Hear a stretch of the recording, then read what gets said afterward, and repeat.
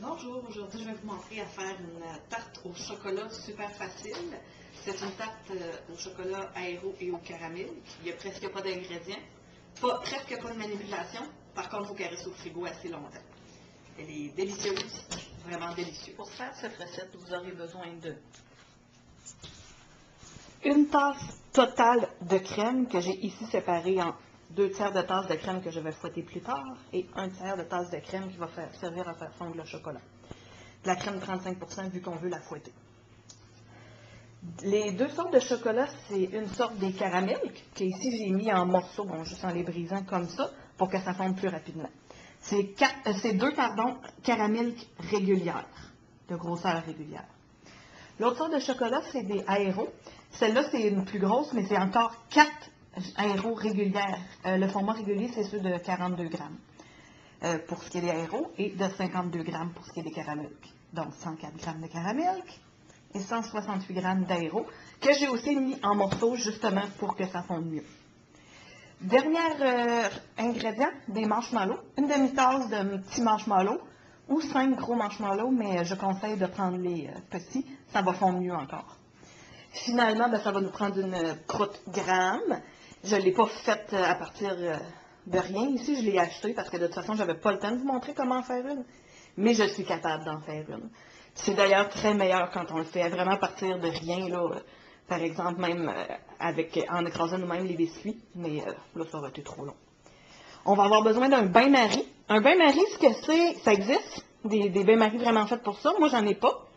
Fait que j'ai une casserole dans laquelle j'ai mis de l'eau. Pas trop, parce qu'on ne veut pas que ça brûle notre chocolat.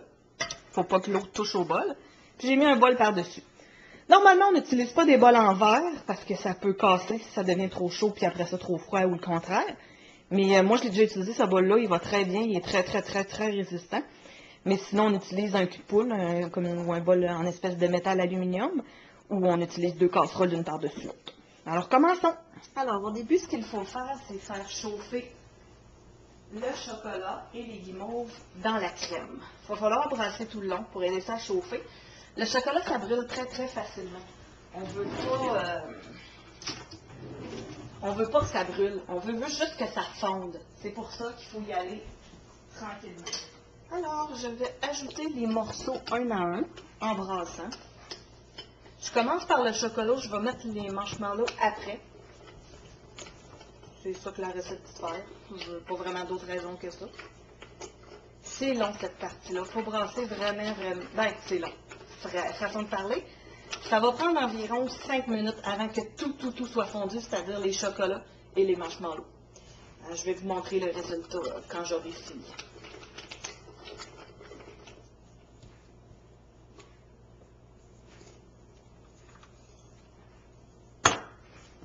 Alors, je brasse. J'ai pas de température précise à vous dire pour ce qui est du rond. Quand ça commence à bouillir, l'eau, c'est un peu trop chaud, on le baisse. On le remonte si l'eau ne bouille plus assez pour réchauffer notre plat. Dans le fond, là, qui bouille, elle touche pas au plat. C'est pour ça que ça s'appelle un bain-marie. C'est la vapeur qui réchauffe le plat puis qui fait chauffer mon chocolat. Alors, comme vous voyez, ça s'en vient bien. Je vais continuer à brasser pour pas que ça brûle. Alors, j'ai fini. Ça n'a même pas pris 5 minutes. Je l'ai timé, ça a pris à peu près 4 minutes. Vu qu'il est prêt, on va maintenant le retirer du four. On va le laisser sur le comptoir 5 à 10 minutes. Pendant ce temps-là, on va faire la crème fouettée quand on va ensuite rajouter à ça.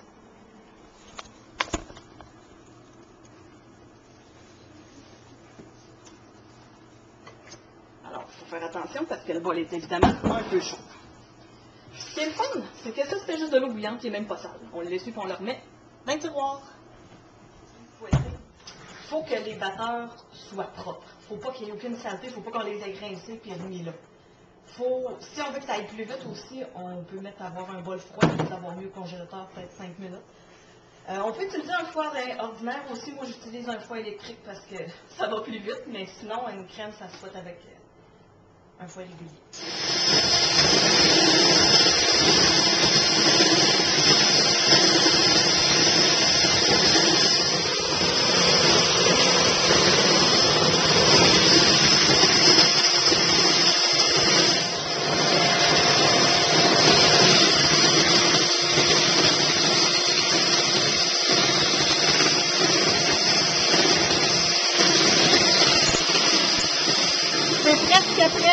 La crème fouettée, c'est prêt quand on peut faire des pics et que ça tient. Comme là, elle est parfaite. Non, maintenant, ce qu'il reste à faire, c'est de mettre la crème fouettée dans le mélange au chocolat. On va utiliser une spatule pour incorporer le plus d'air possible dans le mélange. Je vais vous montrer un peu comment faire. Donc, je laisse tomber ma cuillère de bois. Et j'incorpore ma crème fouettée. Okay. Pour incorporer, comme je disais, de l'air, on fait ceci avec la spatule. C'est plus long que si on brasserait, ça serait fait en 2 minutes. Mais en fait, même 30 secondes. Parce que ça va prendre 2 minutes. Mais ça brise pas la crème fouettée, ça incorpore de l'air, puis ben, ça va être meilleur au final. Alors, j'y vais.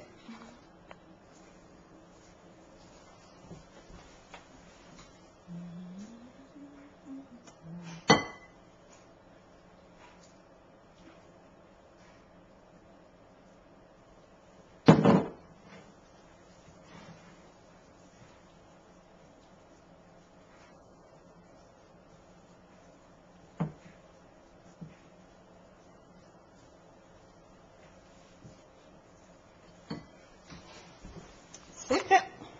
Alors, c'est vraiment terminé. Le mélange est fini. Il ne reste plus rien qu'à le mettre dans la croûte.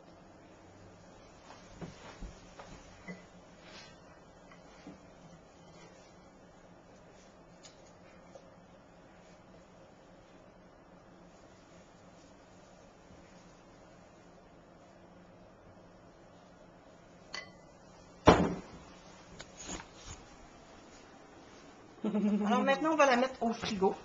Elle va rester là pour au moins 4 heures. Au moins 4 heures, ça c'est la recette. Moi, je dis que 8 heures, c'est encore meilleur. Plus elle reste, meilleure elle est. En fait, une nuit complète, c'est encore mieux.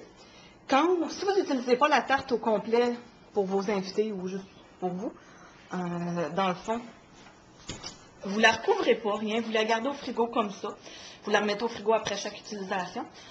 Ça va se conserver pour environ 5 jours, là, quand elle va être aussi bonne que le premier jour. Alors maintenant, on attend.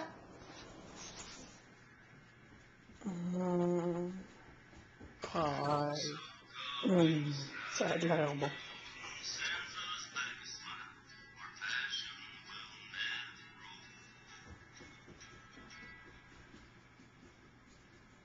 J'espère que vous avez apprécié la recette.